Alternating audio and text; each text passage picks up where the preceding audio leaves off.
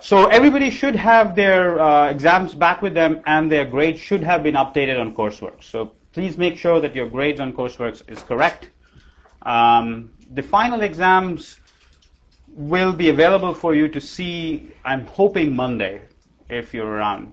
Or if you're not around, then when the semester starts again, you can come and examine your exam. And the exact time, I'll email it to you. All right, any questions on the exam, materials, stuff like that before I go on to the last lectures, or last two set of lectures? So one is that invalid inequalities. Yes. You have to find whether an inequality is valid or not. Yes, you will be given the inequality, and only thing you have to tell me is whether it's valid or not. It's at the same level as assignment. You will not be asked to construct an inequality. And so what about convex programs? What exactly? Say the stuff that we covered in the homework, meaning that you'd be asked to find, say, this problem. You'll be asked to find, you can only find local minimum, and then I'll ask you whether it's a global minimum, at which point you have to tell me, is the problem convex or not? If it is convex, you get the global minimum. There could be direct questions on, here's a nonlinear program, is it convex? And stuff like that. Okay? Any other questions? So there would be no KKT conditions except for in the equality and inequality constraint QPs. Questions? Open book, open notes, open whatever. No laptops allowed. So you can't. Basically, anything written goes. So valid inequalities, do we need to construct like? No. So let me repeat it again. Valid inequalities will be given to you, and you have to merely tell me whether it's valid or not.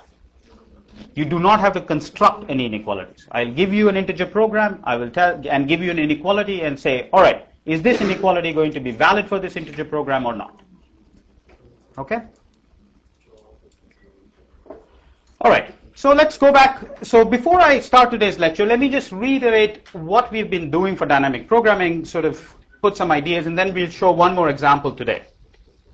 And then connect it actually to linear programming, and there'll be stuff that we'll talk about which is approximate dynamic programming, which is not in the exam, but it's probably the only way dynamic programming is being used right now in finance. So it's probably something that you guys should know on how it does. And in FE1, we'll probably come back to it and try to do some computations with it. And since I'm teaching the optimization course, you can't come back and tell me it wasn't covered, which is a typical strategy that students have used in the past. All right, so what are we doing in dynamic programming? So situation in dynamic programming is as follows. Here are all the stages. So you start from stage 0, 1, 2, 3, 4, and so on. In each of these, you define something called a state. Let's call it S. And the definition of this state is such that given this state, you either do not need to know what happened in the past. So either you don't need the past, or you don't need what happens in the future.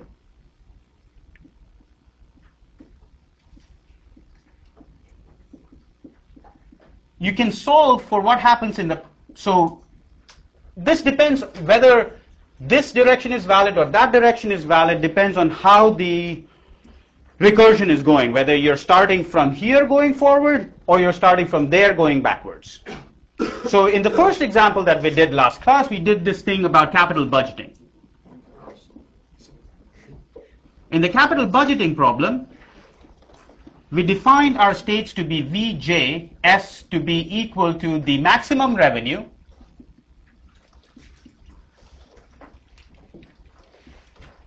from plans I less than equal to j and budget S. This is how we define this value function. We said that the stages are going to be defined by plans. There were 3 different plans, so 3 different stages. The states I defined as the total money that I'm going to be spending on these plans. So here what I'm doing is I'm going forward. I'm going to go, here I know that V1 of S is easy to compute.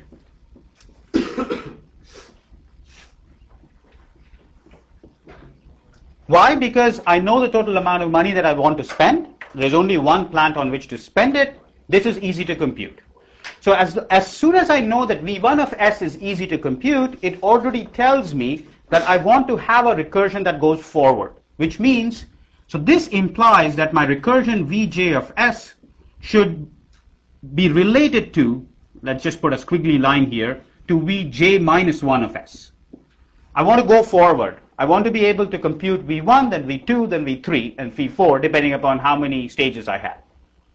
So given Vj, I want to relate it to Vj minus 1. So in this particular example, we are in this situation where what we want to be able to say is that given this state, I don't care what happens in the future. I can compute the optimum solution. I can compute this quantity without having any relations to plants j plus 1 and further. Okay? So this is not active in this example. We are only looking at the future. What we're saying is that if I'm sitting at state S on stage 3, I can compute the optimum solution. I can compute this quantity, which is the maximum revenue from plants I less than equal to j, without caring about what happens in the future. If the state allows me to do it, great, I can do dynamic programming. If the state does not allow me to do it, then I cannot do dynamic programming. So this is why it's very critical how you define the stages and the state. The state allows you the possibility that you can compute this quantity without looking into the future. In the exam, you would not be expected to create this. So I will give you stages and states which make sense. What you have to figure out is that indeed it makes sense and work with it. All right, so let's do another example where let's start with a particular state and convince ourselves that it wouldn't work. So let's look at this particular situation. We have time going forward and so on. And what we want to figure out is we start from, so this is a different example. This is an example that we haven't seen, but it's related to the examples that we have seen. That suppose we define Vj of S to be equal to the maximum utility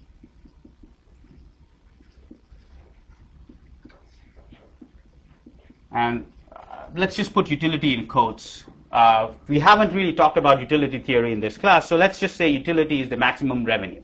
It doesn't really matter for the purposes of this discussion that I'm going to do right now. The maximum utility that can be derived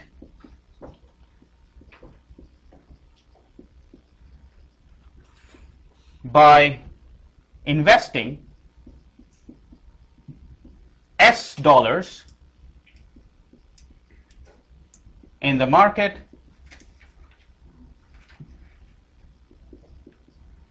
over the time j plus 1, j plus 2, all the way up to t. So let's say this is a discrete time market, a finite time horizon market. At capital T, everything closes, and you just take your money and you go home. So Vj of S, so you're sitting at, say, at this point, and you have some S dollars in your pocket. And what you want to figure out is how much money can I make starting from time 3 all the way up to time capital T, starting with S dollars in my pocket, let's say. Now, in this particular case, which direction would you like to go in the recursion, forward or backward? So we have two options, really. We have to ask ourselves, is this easy to compute or is that easy to compute? V1 is easy to compute. Is this a consensus? If V1 is easy to compute, then I'm done. That's what I want to actually start off. If I'm starting from time 1, I want to figure out what's the best thing to do in the market, then I don't even have to do dynamic programming. If I know how to compute V1 of S, nothing required. So it turns out that Vt of S is easy to compute. Why? Because at time t, the market is closed. You can't do anything.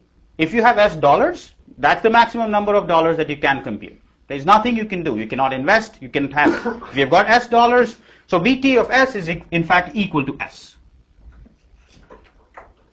Right? And now what I'm going to do is, so this immediately implies that what I'm going to try to do is I'm going to connect Vj of S to what? What would my recursion do? Vj plus 1. I'm going to go backwards. So the thing to remember is that the right-hand side of the recursion is something that you already know. The left-hand side of the recursion is what you want to compute. So if you start from this, Vt of S you already know. That means by using this recursion, you can connect Vt minus 1 of S, Vt minus 2, and all the way back to V1 of S.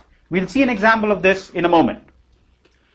Now, so here, it appears that you can do this recursion, and this state S will tell you all that you can do. Now, suppose there are transaction costs in the market.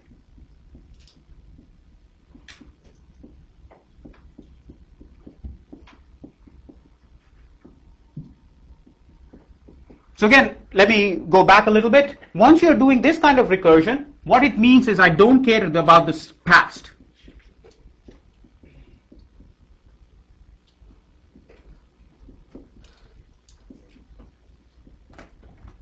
I don't care about the past when I'm doing that kind of recursion. I'm connecting something now to the future. I don't care how I got into this state. As long as I'm in this state, what's going to be the best thing available in this state just depends on what happens in the future. And that's what the recursion tells me.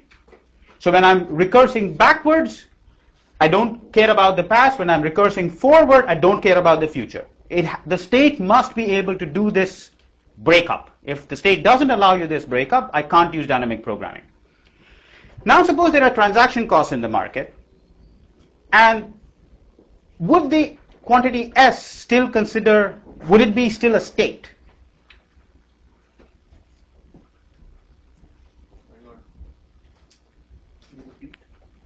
So if there are, so right now I'm assuming that if I give you S dollars in your pocket at this point, at time 3, I give you S dollars in some form, whether in the form of stocks or in terms of a total wealth, and I tell you, okay, now you decide what you're going to do in the future to maximize your wealth. Now I'm claiming that really what I'm after is over here, right? I have a certain amount. What I'm really trying to compute is this. So W is my initial wealth. At time, okay, 0. At time 0, I have been given W dollars. And really what I'm trying to compute in this entire problem is what is the maximum amount of money that I can make using these W dollars. If there were no transaction costs in the market, as was the case over here, then I'm claiming all I need to compute is how much money can I make starting from here using S dollars, right? And then I'm going to go backwards, and finally I want to be able to compute this quantity, and then I'm done. The details are not very relevant, but now let's ask the same question. Really what I'm after is this, V0 of W. I've been given W dollars at time 0, and I want to maximize my wealth at time capital T. At time capital T, I'm going to liquidate my portfolio and get the money, whatever. Now, along the way, nobody forces me to liquidate my portfolio. I can hold it as a portfolio and keep going. The only point at which I need to liquidate is at the point capital T, because this is the point at which I want my wealth. This is the point at which I'm given my initial wealth, and that is the point at which I want to consume it. So I just want to take all my money out and go do whatever I want with it, buy myself a big house. So if that is the situation, would this kind of a definition of stages and state make sense? Yes? Because we need more information about what happened between time 0 and time J. So this would not make sense because, as the comment was made, that you need more information. What more information do you need? How many times you use the transaction costs? So the claim is that this does not make sense because you need to know how many times you transacted along the way. But do you really need to know that? I agree that this is not what you want. You want a different definition of state. So the point of this exercise, I'm not trying to say that I'm solving this problem. The only thing I want this discussion to tell you is that the state that you define depends on the entire set of problems. If there is transaction cost, just taking wealth as the state will not work. You need more information. Now the question is, how much more information do you need? You want to keep the minimum possible information, which still allows you this breakup. Don't care about the past as long as you tell me the state. The state now is not going to be dollars, it's going to be something else. The distribution of the portfolio and assets. It's a portfolio. So instead of S, let's just say derived starting with an initial portfolio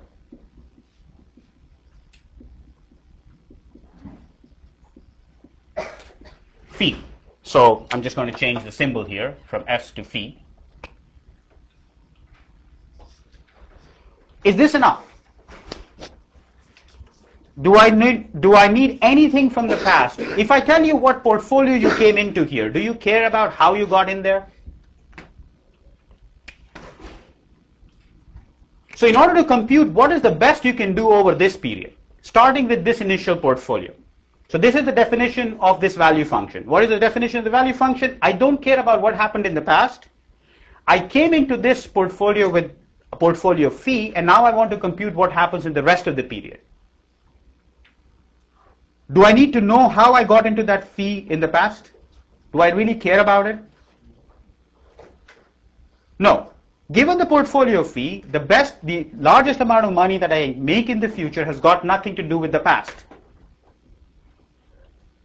But with S, I couldn't do it.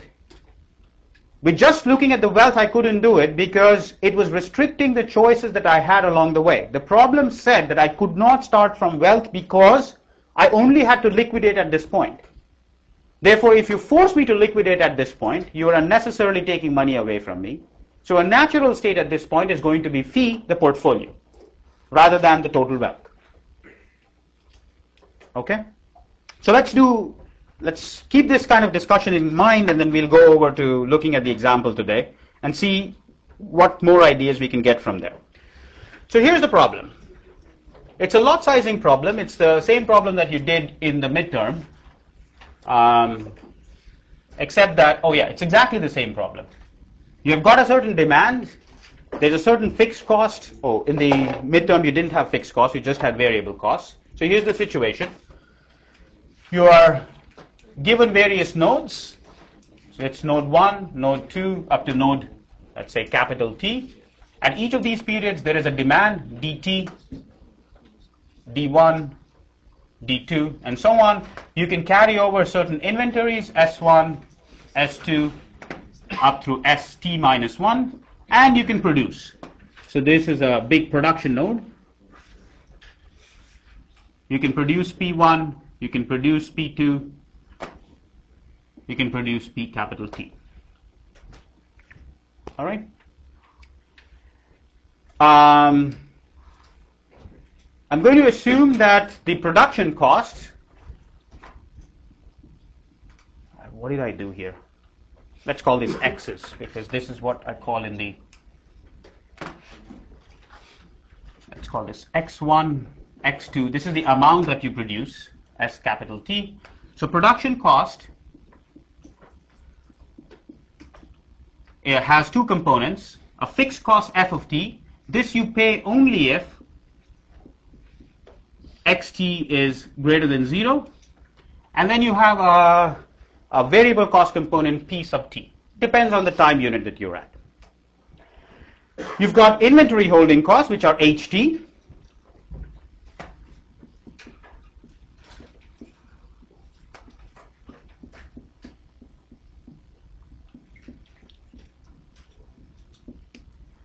For time t. And this is what the integer program looks like.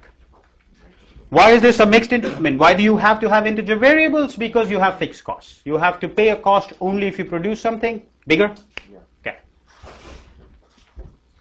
So I'm currently not writing any more information than what's over there. I can see that. So we will not remove this distraction, and I'll write it bigger.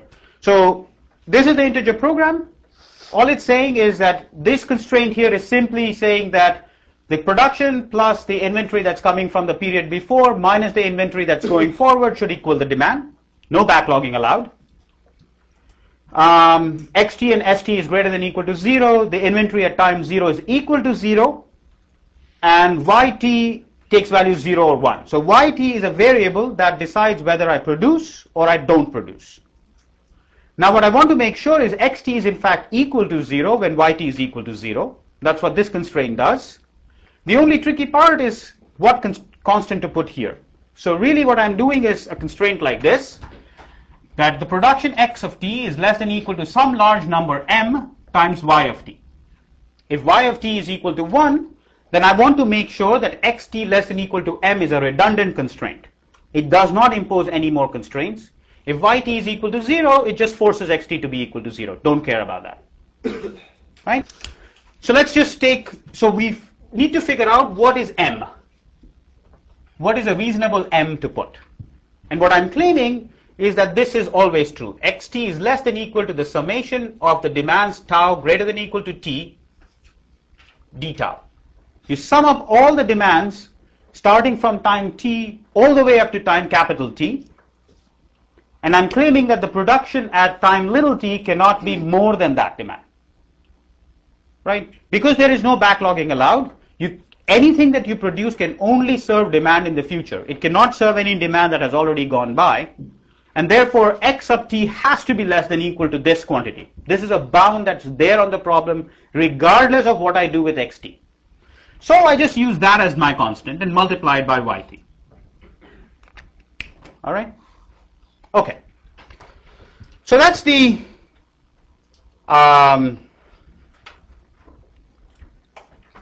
integer program that you have to solve, and we're going to try to solve this using dynamic programming. One of the annoying things about this program is that it's got these inventory variables s sub t, which really are extra variables.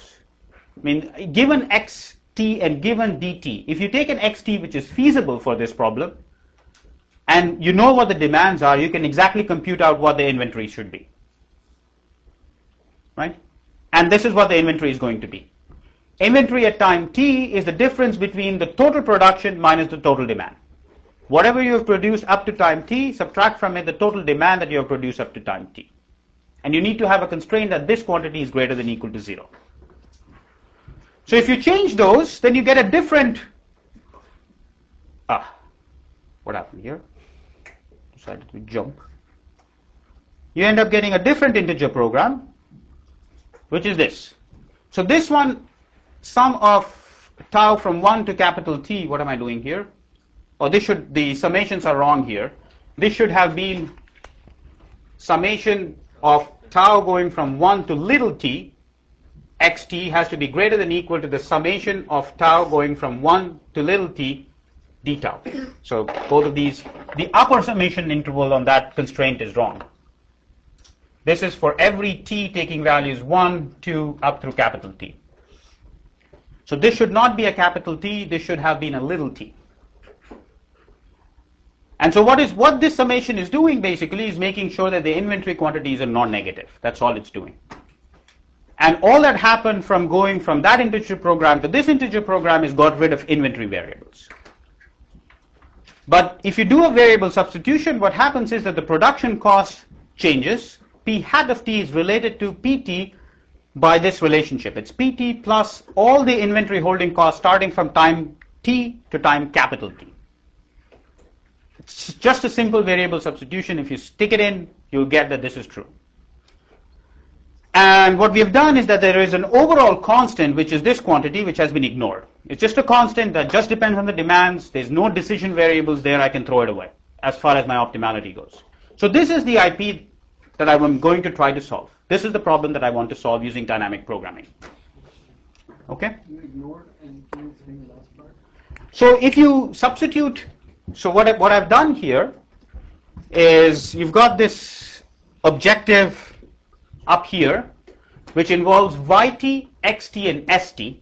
I take this expression of st relating it to x's and stick it into this objective. I get a different objective which involves just yt and xt now, because st has been solved for. And what's going to happen is that when I substitute, I'll get constants here. These d taus are going to be these constants going to sit up there. And it's just going to give me a constant addition to the objective function. I've ignored that constant, That constant should have been sitting here. That's been removed because for an optimization problem, a constant does not make any difference. As far as my decisions goes, it doesn't change anything. It just changes the value of the decision. It doesn't change the relative merit of the decisions. When I'm trying to do optimization, I'm only concerned about the relative merit. Okay, so this is the IP that I want to solve. Before, and some of you already have the notes, or many of you might have actually the notes, let's try to figure out how do I define states and stages here. Let's try to argue to ourselves whether we can do it. I mean, it's not in the exam, but it's something that in practice when you use dynamic programming, that's the first bottleneck that you get into. How do you figure out how to use this thing? Here's an IP. This is the problem that you want to solve. And now what you want to do is actually break it up into stages. So what will be the natural stage here? How would you define the stages? What would you like to do? If I told you that this is the lot sizing problem that you have to solve, but instead of solving this entire problem in one shot, try to do it in stages, and somehow maybe the stages are simpler than solving the entire thing. What would you do? Each time period will be one stage. Now that's going to be tough. Just having one time period as a stage is going to be tough, because what do I want to do in dynamic programming? Looking one step further, I have to somehow relate what happens in one stage to either what happens in a future stage or what happens in the backward stage. If I simply look at one time period as a stage, then there is no way I can even dream of connecting it to something that happens in the future and the back. Why? Because the demand has got nothing to do with the future and the back. All so if uses up to t. Up to t. We can do that. So here's time t. So we can define our state to be Vt. Do I need of something? I don't know what this is going to be. It's going to be some state variable that I'm going to keep track of, but I don't know what it is. This is equal to the optimum solution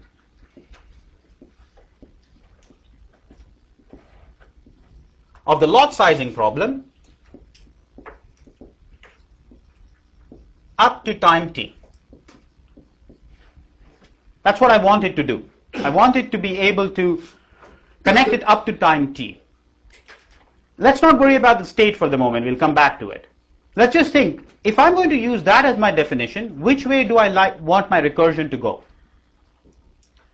Do I want to go forward or do I want to go backwards? That is, do I want to relate Vt to Vt minus 1, or do I want to relate Vt to Vt plus 1? Is everybody happy with Vt minus 1? The way to think about it is, let's ask ourselves the same question again. Is V1 easy to compute or V capital T easy to compute? V capital T. Well, then there's the problem. Rattle off the solution to me. That is V capital T. The lot sizing problem up to time capital T is this problem. And if this is easy to solve, one should be able to just write out the solution. So V of capital T is what we want to solve. This is the answer. V1 is easy. If I just want to solve the lot sizing problem only up to time 1, I don't care about what happens in the future. I'm just interested in what happens in time 1. That's pretty easy. I don't have to hold inventory. I just produce whatever is available. Remember, there is no production capacities here. In this problem, there are no production capacities. Just produce the demand. I'm done. Okay. Now, V1 is easy. V capital T is the answer. So I'm going to connect Vt. So the recursion that I'm looking for is Vt. Again, I have to write a little bigger. I keep forgetting. Vt has to be connected to Vt minus 1. But before we go there, we have to figure out the state. What state do we need? Sum of all the demands. So let's say the demand is already there. So some of the demand is, so what I'm saying is when I'm solving this problem, I know the demands d1 to dt.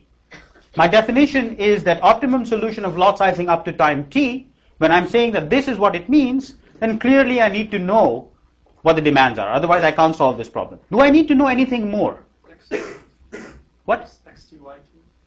XTYT is going to be the solution of that optimum solution, right? So what I'm looking for, so two things here, just to sort of get an idea of what a state is. This is an optimization problem. XT and YT are going to be solutions of this optimization problem. I've been already given the demand in order to solve this optimization problem. Do I need any extra information to compute this quantity? Any more than that? XT, YT are going to be outputs. They're not going to be inputs. I'm worried about inputs. To this optimization problem, what are the inputs does it need? The costs. What else? Does it need to say anything else? Like, does it need to know what all did you produce at time 0, for example? So the inventory being carried over. The inventory being carried over. Yes? So the only thing you really need to know here is at time 0, what was the inventory? This is a bit confusing and it sort of seems arbitrary. So here's what, let me just try to make it a little bit more clear. So when I solve this optimization problem, what do I know? I know PT, I know FT, I know HT, and or let's say taus. I know these constants. I'm going to assume that these are constants, and for all tau less than equal to t. All of this stuff I know. And I also know d tau for tau less than equal to t. So given all of these, suppose I know all of these, because these are data that's given to me in the beginning. This is the integer program that I want to solve. I want to merely solve it using dynamic programming. So all of that data is already known to me. I do not need, that's not something to be externally specified. Now the claim is, in addition to all of this stuff, because I'm trying to solve this by dynamic programming, do I need to know anything else? In addition to what has been already specified. This is similar to this story when we were doing this company example. We had Vj of S. This was all companies less than equal to J, and the budget was equal to S. Remember, the total budget in that problem was 5. But this time we had to solve it for all possible levels of the budget, from 0 all the way up to 5. I only cared about the answer at time 3 for a budget of 5. That was the data that's given to me. Here, do I need to solve it for different values? Do I care? Do I need to have a state?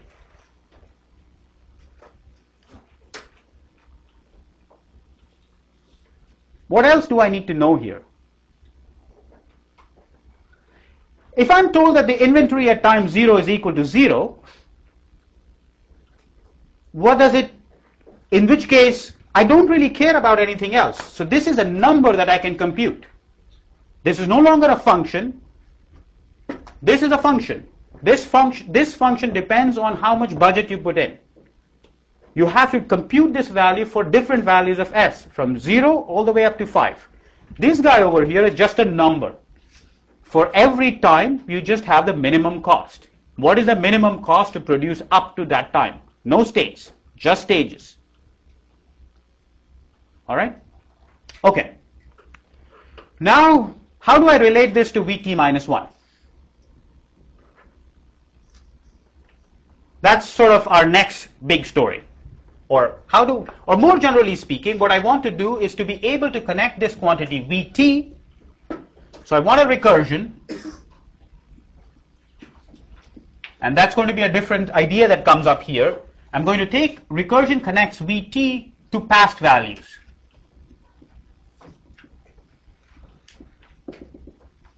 That means I could take Vt minus 1, Vt minus 2, all the way up to V1.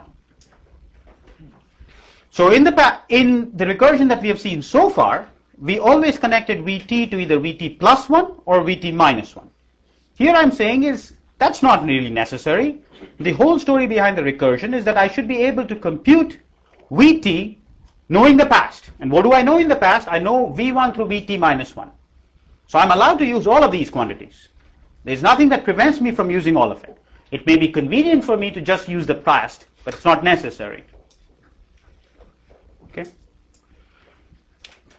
So, I mean, if you guys have looked at Markov chains and so on, you can sort of start seeing that there is a difference between dynamic programming and Markov chains Because in Markov chains, if you know Vt minus 1, everything else is useless. Here, it's not the case. All right, so now how do we get the recursion? We need to somehow be able to connect what happens at time t to what happens in the past. That's the crux of dynamic programming. This is the idea that is going to let us go further. So we need to be able to look at the problem and say, well, this problem breaks up. We need to be able to say that if this is what is going to happen, and I have to connect it somehow to Vt minus 1 all the way up to V1, we want to be able to say that if I'm solving up to time t, sometime in the past something happens so that the optimum solution up to time t involves just the optimum solution up to that time tau, followed by something optimal that happens from there on. So I'm just going to change this picture because it's a bit more convenient for me than redrawing it. So let's call this time t. Here's xt, and here's some random time tau in the past, and it's production x tau, and there's an inventory coming in s tau minus 1, and there's an inventory going out s tau. So what I want to be able to say is that if I'm sitting over here, and here's little time, if I'm sitting over here, something happens in the past that allows me to say, well, okay, if I'm looking at the optimum solution up to time d tau, I don't care what happens in the future. Why? Because the optimum solution up to d tau I've already computed. It's exactly v tau. So in order for me to have the recursion, I have to conclude that if at time tau I'm going to produce something, I'm going to look at what happens at the time tau, I can ignore the future. Under what circumstances can I ignore the future? What is the thing that connects time into each other? Inventory. Inventory is the only thing that connects time together. If there was no inventory, this problem would separate out into, if you could not hold inventory, then the minimum cost is very clear. Just produce as much as your demand is, and you're done. You just solve capital T 1 period problems. So the only thing connecting is the inventory. Okay. How can I argue whether the inventory here or there is 0? Under what circumstances can I argue that an inventory there is going to be 0? At what point can I definitely argue that the inventory must be 0?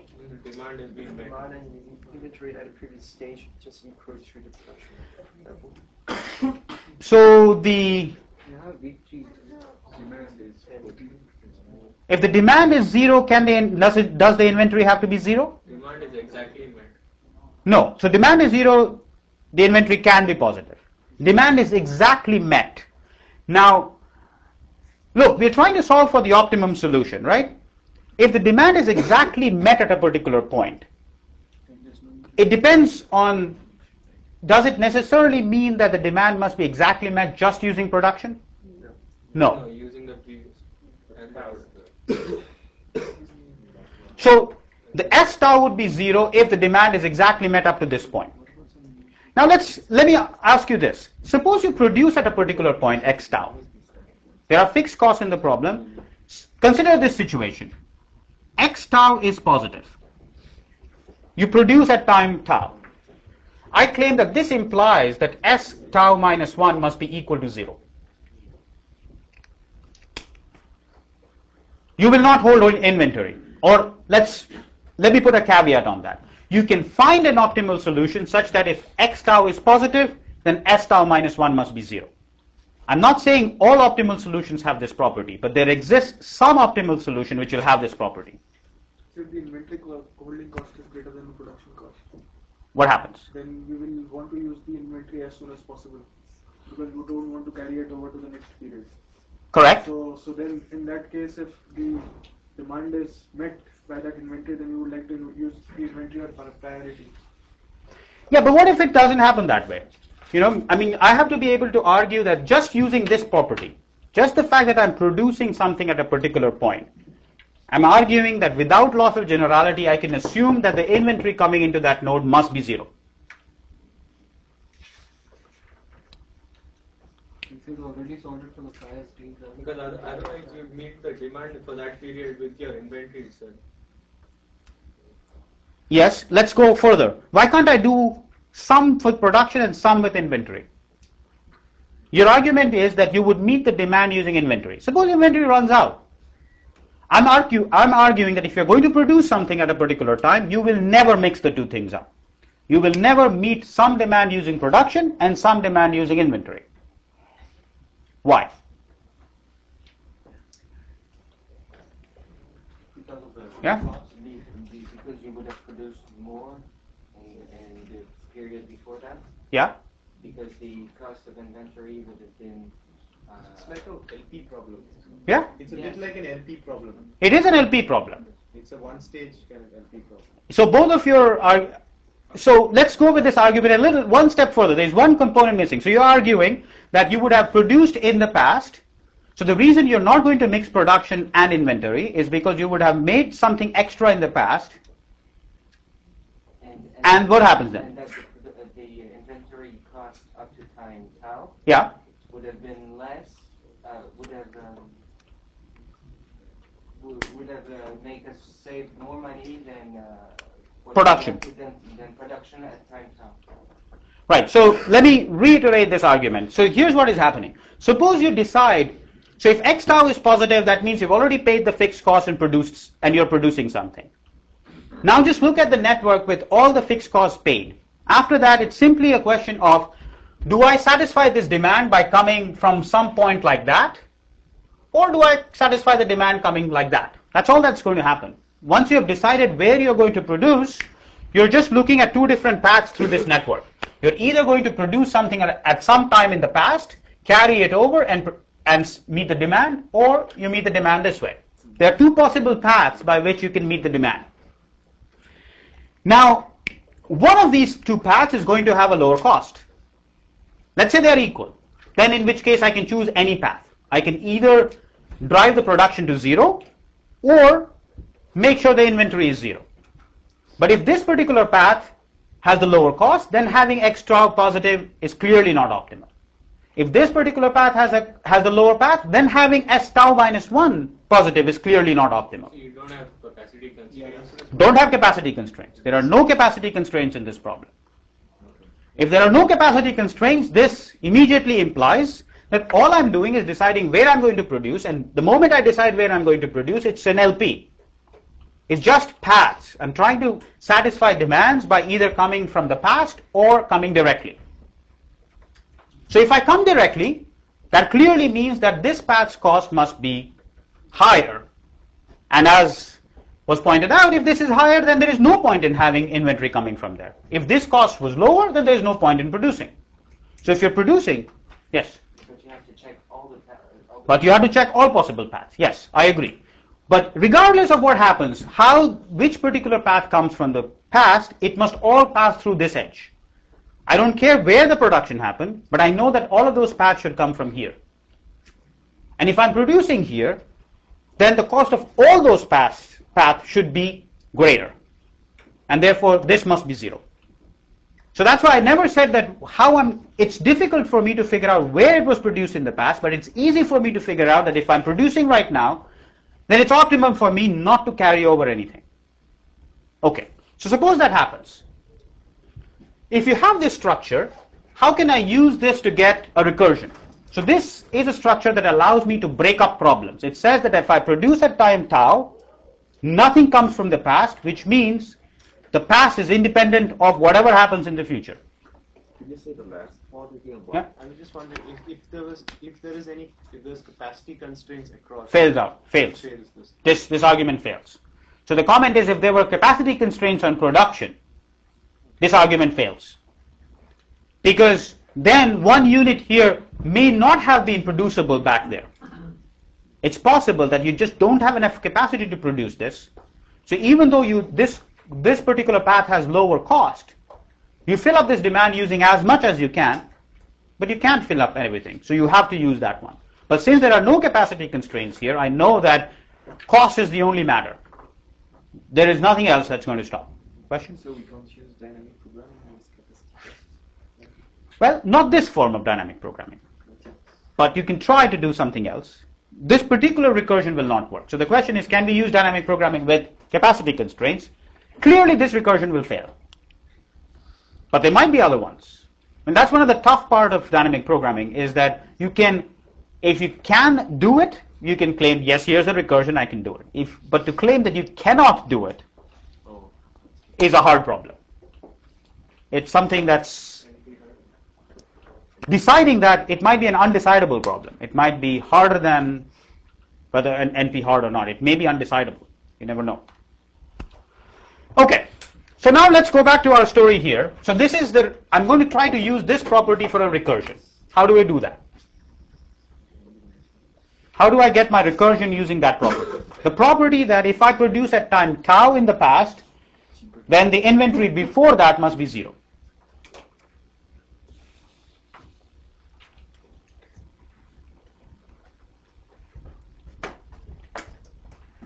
Any ideas about how do we connect these things up? So let's take one step back. Let's say I'm sitting at time t, and the last production epoch, the last time at which production happened, was at time tau. If I'm sitting at this point, the last time the production happened was at time tau in the optimum solution. Then what will the relationship between Vt and V tau? So here's what I'm claiming. So I'm sitting at time tau, or time t, the last production before time t happened, or time little t happened at time tau. This is where the last production happened. So how does Vt connect up to V of tau minus 1? So I claim that you can connect Vt to V tau minus 1.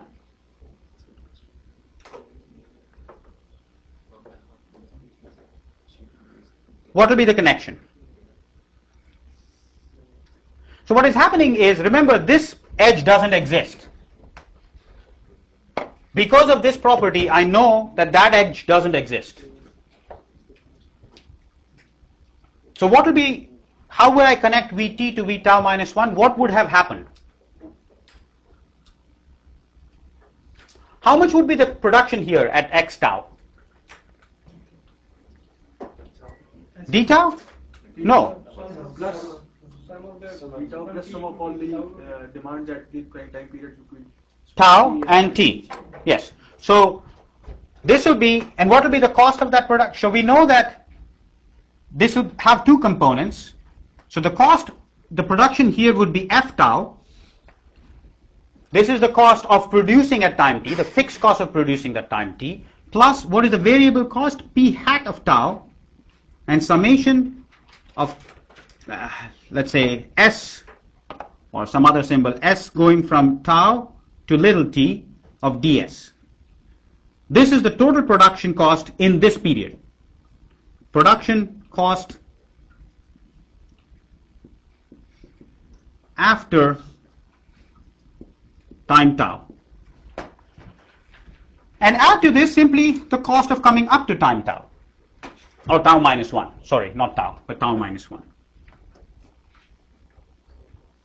Does everybody agree with that recursion?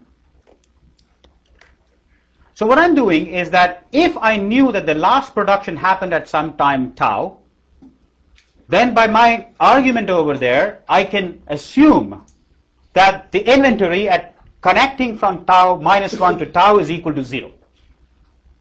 I can restrict myself to those solutions and still not lose optimality. And why? Because there are no production constraints. If that is the case, then the total cost breaks up into two pieces. The cost for meeting demands d1 through d tau minus 1. And what is that? V tau minus 1. That's the optimal cost of meeting the demands up to time tau minus 1. At time tau, I produce. How much do I produce? Because of no backlogging, I must produce all the demands starting from d tau to dt, which is the demand sitting here.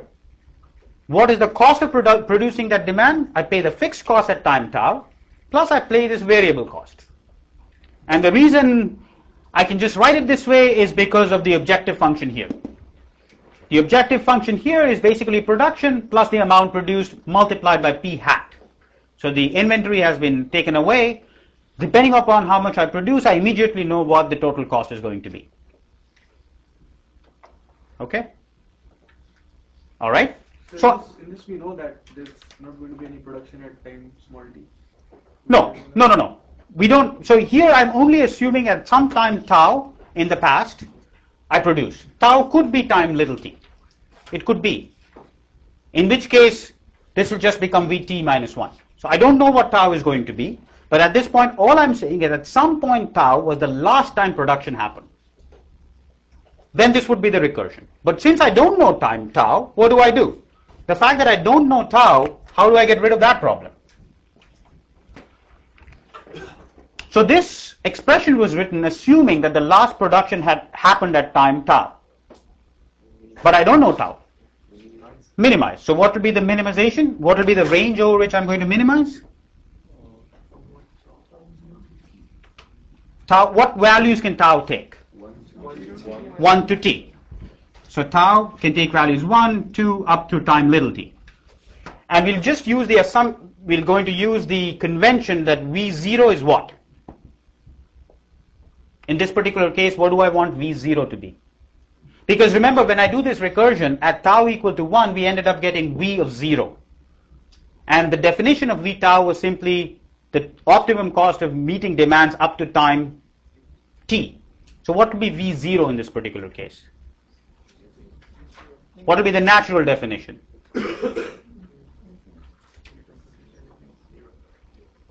Zero?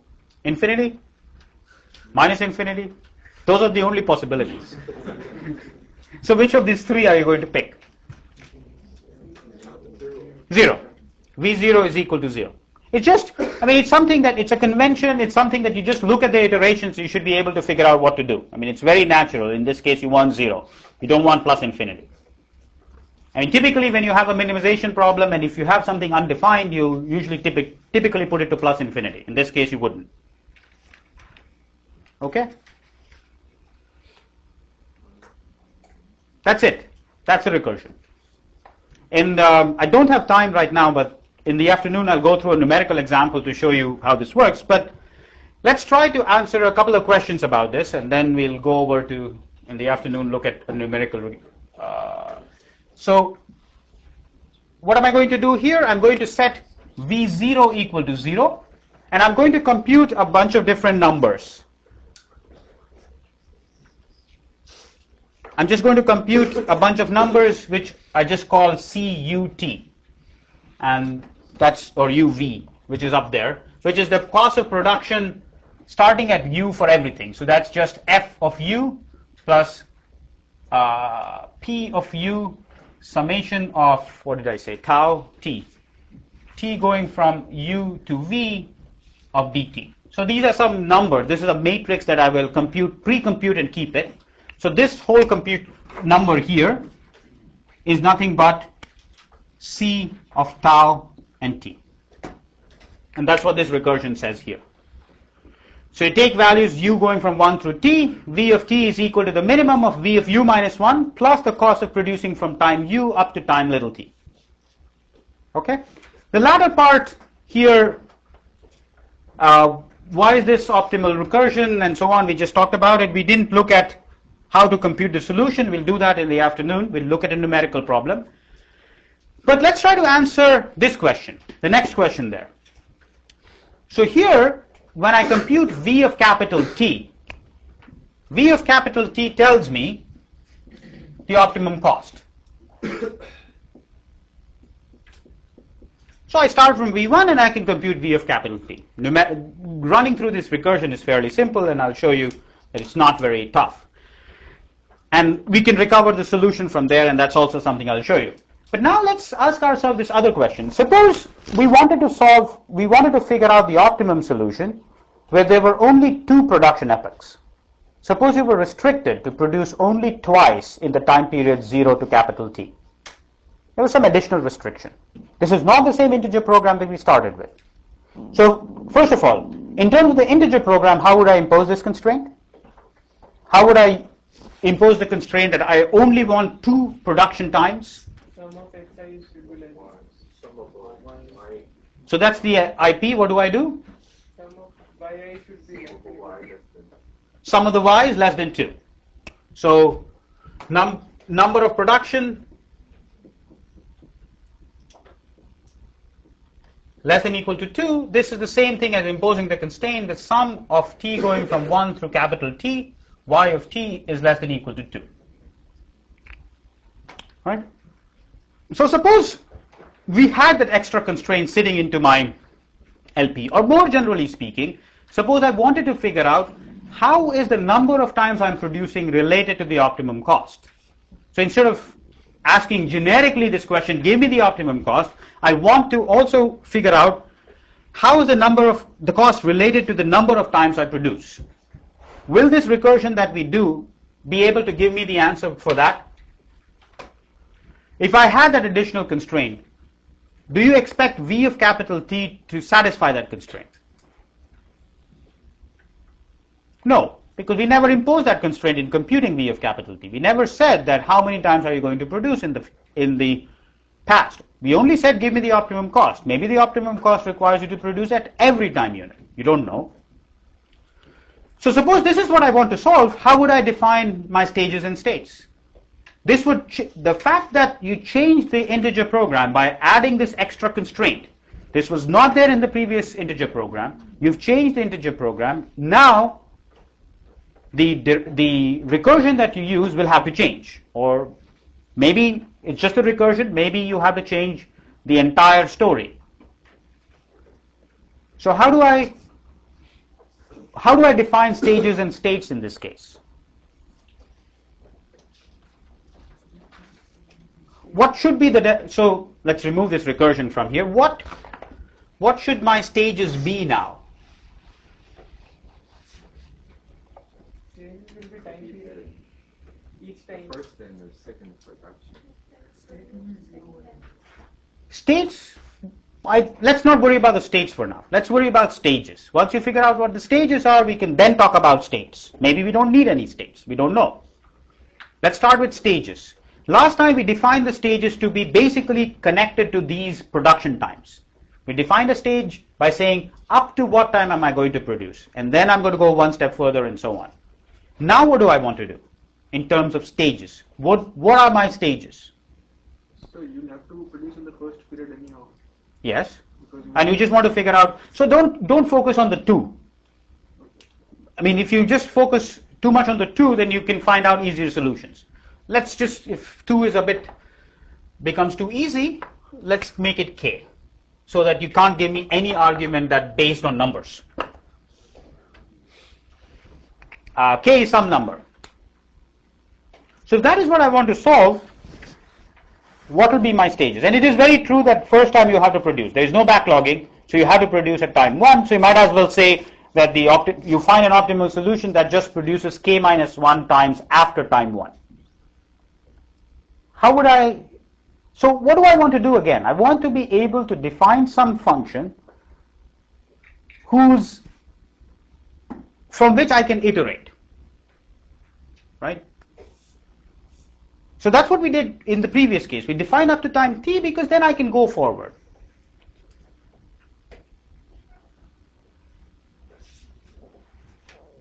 can you use every time we produce as a state? But we don't know where there is, right?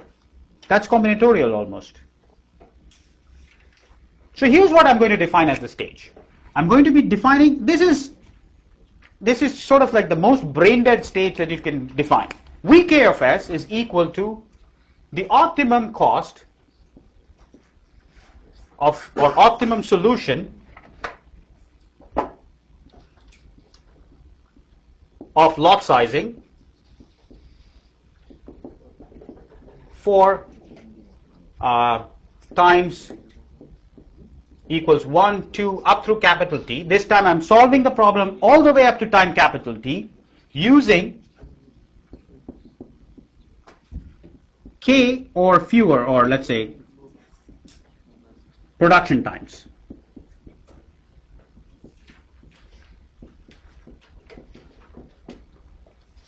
absolutely brain dead thing. I mean, I just defined this. This is probably the most natural thing. This is what I want to compute.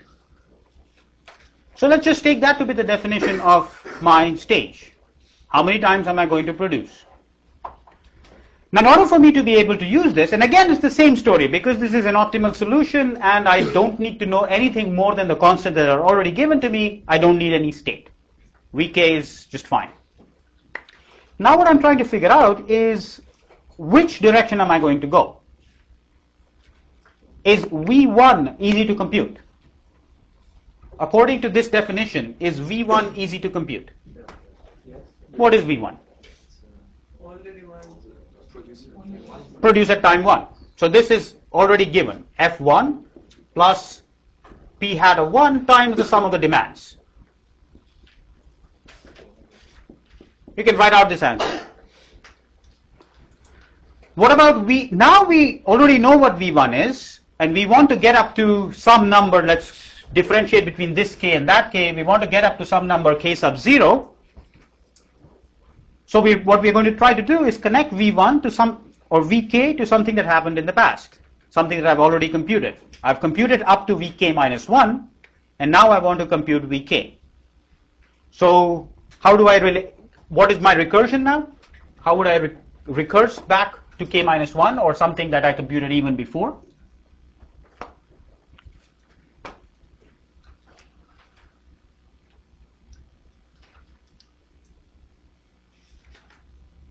How would I connect these recursions?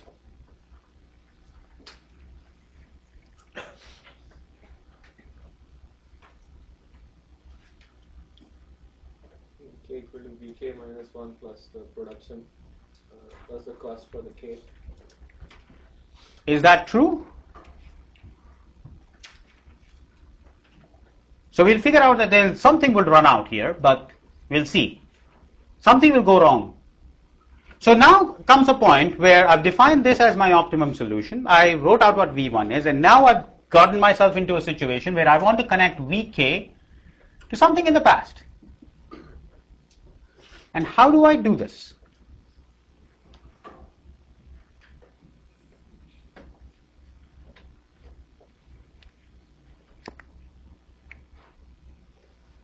Remember, K is not time. K is number of edges. Yes. I suppose if that happens sometimes, then we insert a new like between two. Agreed. So what you're doing is, then let me draw this picture again. So what the suggestion is that maybe this was V2,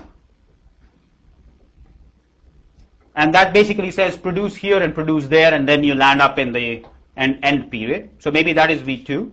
Now what we do is we insert a new point. Either we insert a point here or we insert a point there. I don't really care. So let's try the inserting a point here.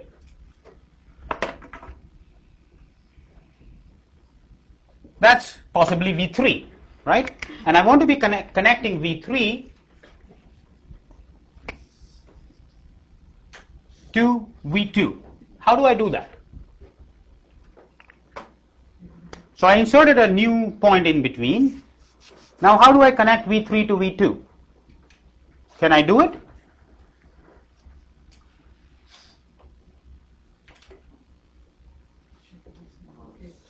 Yeah? It's the same. If we product it at the time we produce, Yeah? then we will not be inventorying anything before that. Correct? And So what is the recursion going to be? I mean, it's going to be a little tough, but let's see. Let's write it out, and that will actually motivate something else that should have been done, but I didn't want to do it at that point because it starts becoming a little artificial. Okay, so let's write out the recursion for this case. And as your suggestion is very true, the same thing holds still. So let's call this some time tau. So I know that the cost of this hop is going to be what? Just to make things a little bit easier, let's say that this particular edge is 0.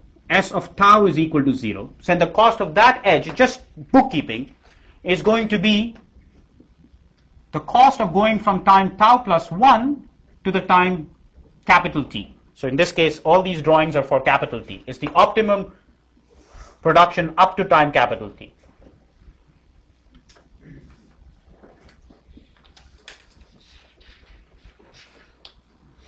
Does that make sense, that recursion?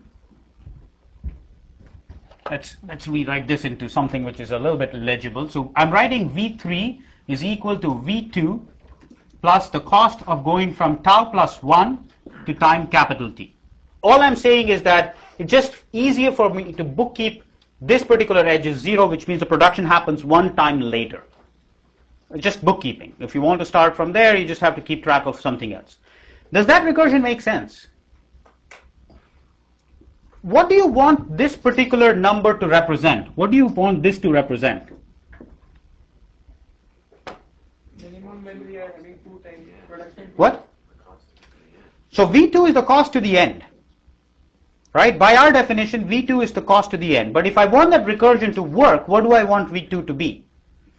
One stage before the To the time up to time tau, because I'm producing at time tau plus 1 just by convention. So I want this to be once before tau. 1 before at tau. At tau.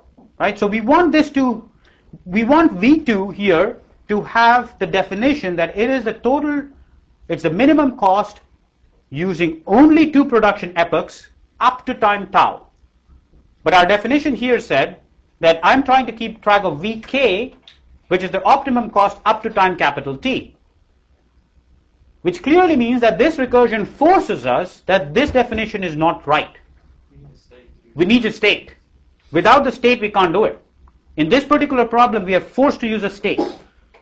We need to be able to keep track of not only how many edges I use, but also where do I come from? What time unit do I come from?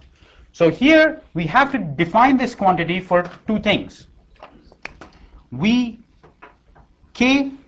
of, let's call it node tau, is up to, so we're going to say the optimum solution of the lot sizing problem for times 1, 2, 3, all the way up to time tau using k or fewer production times. That's going to be my iteration. Now what is the definition of V1 tau? Is that easy to compute? Yeah, the same argument as before, except that this capital T goes away and you have a little tau sitting there. Right? Now my iterations are clear.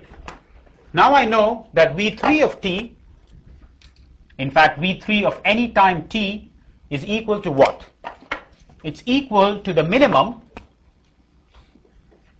over some quantity that we'll find out right now, Vt of tau plus C of tau plus 1 to T. And what are the ranges for tau?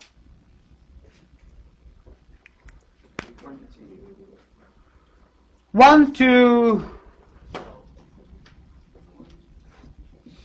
it's just a bit of a bookkeeping thing, so I'm going to put this from 0 to T minus 1 because I'm saying that the last production happened at tau plus 1 rather than tau. Or it depends on how you define this. If you define this up to tau minus 1, then you'll get exactly the same recursion. Okay, compute this thing at every stage, you know. So compute Vk0 of time capital T to get the answer.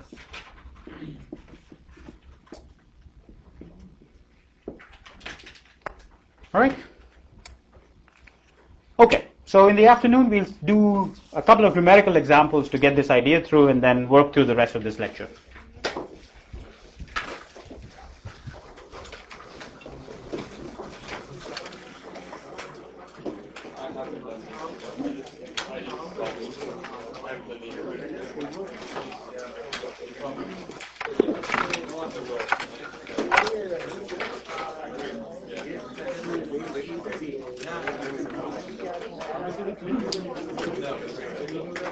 Yeah.